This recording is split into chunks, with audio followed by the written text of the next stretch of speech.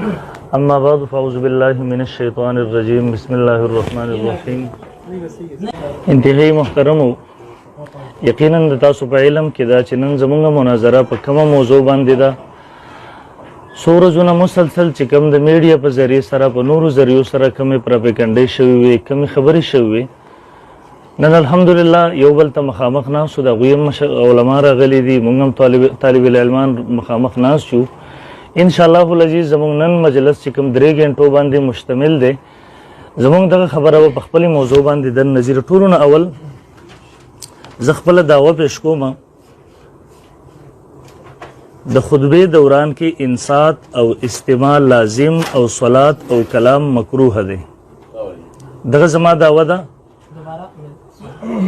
د خطبې دوران کې انصات در بیم کوم انشاءالله، او استماع لازم او صلات او کلام مکروه دی. دغه زما دعوه شوه. انشاءالله العزیز زه به د مولانا ضیاء الرحمن صاحب نه د هغې جوابي دعوه غواړم انشاءالله. دویم نمبر دغې سره لاندې مونږ شرایط لیکلي دي. نمبر 1 غیر مقلدین حضرات چې کوم زمونږ فریق مخالف دی، هغوی موقوفات د صحابه کرام رضی الله عنهم اجمعین نه مني. څنګه چې هغوی کتابونه لیکلي دي مونږ راوړي دي، انشاءالله العزیز په وخت ضرورت به مونږ هغه پیش کړو.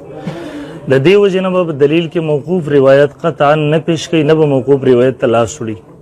دویم نمبر هر فریق به پابند وي چې دلیل د خپلې دعوې مطابق پیش کړي. کومه دعوې چې پیش کړي ده د هغې مطابق به دلیل پیش کوي انشاءالله. نمبر 3 د موضوع نه خروج به شکست ګڼلی شي. کومه موضوع زمونږ روانه ده هم په هغه موضوع کې به دننه چلیږو، د هغې نه بهر به نه وځو انشاءالله. څلورم نمبر چون کې زمونږ د موجوده بحث د غیر مقلدینو حضراتو سره دی چې هغه تکفیریان دي، یقینا د دې خارجیت پکې بیا منتهی کېږي. زمونږ بحث د هغوی سره دی، لہذا شوافع وغیره مجتهدین به په هغوی باندې ځان قیاس کول او هغوی په خپل ځان قیاس کول، دا به باطل وي. پنځم نمبر د اصطلاحاتو او الفاظو معنا او مفهوم بر خپل ځان نه نشي پیش کولی، بلکې د هغې دپاره به د مسلم شخصیاتو نه حواله پیش کول ضروري وي. که مونږ یو څیز دلته معنا کوو، د هغې مطلب بیانو، نو په کار دا ده چې مونږ د هغې دپاره د یو مسلم شخصیت کتاب راواخلو، د هغې نه پیش کړو. دویم نمبر چونکې ما اول دعوه پیش کړله، زه به د هغوی نه جواب دعوه غواړم انشاءالله العزیز، ځکه په مدعا علیه باندې لازم وي چې هغه د دعوې جواب پیش کړي. زما په دعوه کې 2 اجزا ما ذکر کړي دي، زه د 2 اجزاو جواب به انشاءالله العزیز د دې نه غواړم. زه به خپله باندې هم د دغه شرایطو انشاءالله العزیز خیال ساتم، په دې باندې به چلیږم، او فریق مخالف نه به هم انشاءالله العزیز په دغه شرایطو باندې د پوره چلیدو هغه مطالبه کوم انشاءالله العزیز. اول نمبر قرآن راځه. اول نمبر چون کې زمونږ احناف اصول داری د ټولو نه اول په خپله مسله باندې د قرآن مجید نه دلیل پیش کوو. د دې وجې نه زه به د ټولو نه اول د الله کتاب ته راشم، قرآن مجید ته. قرآن مجید کې الله رب ذوالجلال فرمایي اعوذ بالله من الشیطان الرجیم وَإِذَا قُرِئَ الْقُرْآنُ فَاسْتَمِعُوا لَهُ وَأَنصِتُوا لَعَلَّكُمْ تُرْحَمُونَ. کله چې قرآن لوستی شي فاستمعوا له، غوږ کېږدوئ هغې ته، متوجه شئ هغې ته، وانصتوا او خاموش شئ لعلکم ترحمون، د دې دپاره چې په تاسو باندې رحم وشي. انشاءالله العزیز به استدلال مخکې ذکر کوم، خو د دې نه مخکې مولوي صاحب استماع او انصات دا 2 الفاظ دي د قرآن مجید دغه آیتونه دي. انصات معنا خاموش کېدل دي، چوپ. د استماع معنا ده متوجه کېدل، غوږ ایښودل. د استماع معنا اورېدل نه دي مولوي صاحب.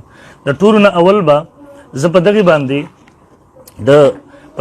د ټولو نه اول به زه دلیل پیش کوم انشاءالله. زه کتابونو ته ځم، خو زه په طور د استدلال باندې د ټولو نه اول کتابونه 2-3 پیش کوم. د قرآن مجید دا آیات د دې نزول نزلت فی الصلات د بانځه په باره کې نازل شوی د فرض منځ په باره کې، خو البته ټول مفسرین او علماء کرامو لیکلي دي چې د دې حکم عام دی، خو هم پکې شامل ده.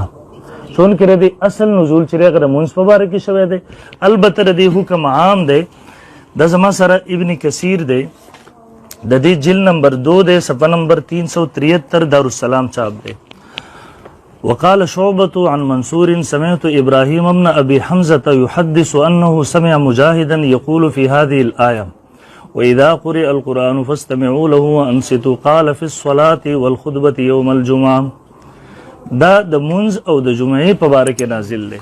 دغه رنګي دا دویم زما سره طبری دی د دې جلد نمبر 5 صفحه نمبر 617 دا امدل تم د مجاهد رحم الله نے روایت عن مجاهد فی قوله واذا قرئ القرآن فاستمعوا له وانصتوا قال الانصات للامام يوم الجمعه د منظم ورنه مراد ده او د جمعې خطبه ورنه مراد ده څنګه چې په منځ کې خاموش کېدل لازم دي واجب دي دغه سي خطبه په دوران کې خاموش کېدل لازم او واجب دي دا دریم نمبر کتاب د زمان سره مسند ابن الجاد جلد نمبر 2 صفحه نمبر 154 دلتم عن مجاهد في قوله عز وجل واذا قرئ القرآن فاستمعوا له وانصتوا قال القرآن والامام يخطب امام د خطبه دوران کې بلکې سلورم نمبر زو په تور د الزام باندې تفسیر لا مثال دی دا ستاسو د غیر مقلدینو حضراتو د دې جلد نمبر 2 دی صفحه نمبر 206 دا دیم لیکي چې د آیات حکم عام دی دا منز او خطبه د جمعې دواړو د صفحه نمبر 206 دی شان نزول د دې آیات کې مختلف روایت دي یا دا چې دا حکم په قرات د منځ کې راغلی دی یا په وخت د لوستو د خطبه کې او البته خپل عموم په لحاظ سره دا شامل دی دواړو ته یو منټ اول نمبر د قرآن مجید دغه نص مطابق د خطبه په دوران کې خاموش کېدل متوجه کېدل امام ته په بل دا لازم دي واجب دي د قرآن مجید دغه آیات د نص قطعی دی او دغه ما د ځان نه تفصیل ونه کو بلکې راغیر پر سلور تفاسیر ما پیش لله مولانا صاحب تر هغه طرف نه وي چې دا خطبه په باره کې نه ده نازل خطبه سره د دې تعلق نشته حکم عام نه ده صرف یو تفسیر دی وخی دغه رنګي چې د حکم عام نه دی دا خطبه ته شامل نه دی ان شاء الله العزیز مخکې به خبره وکړو بحث به وکړو پاغي باندې دویم نمبر خبره د انصات او استماع ده د انصات معنا دا خاموش کېدل پاغي به ضرورت ان شاء الله العزیز به وخت ضرورت پاغي باندې حواله پیش کوم